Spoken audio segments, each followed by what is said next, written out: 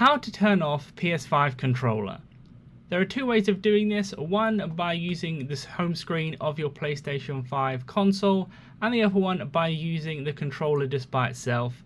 So for the first option, what you want to do is grab your PlayStation 5 controller, then you'll just want to press the PlayStation logo just one time there as I did. Then along the bottom of the screen you should see a section that has like the turn off button. You want to scroll to the left or right to get to there, then click on X on the turn off part of the bottom right. Then as you can see on the screen now, it should say turn off PS5. If you click X on that, that will turn off your console and your controller. But if you just want to turn off your controller, you want to press and hold this PlayStation logo down for around about 10 to 15 seconds until it will see on the top right hand corner of your screen.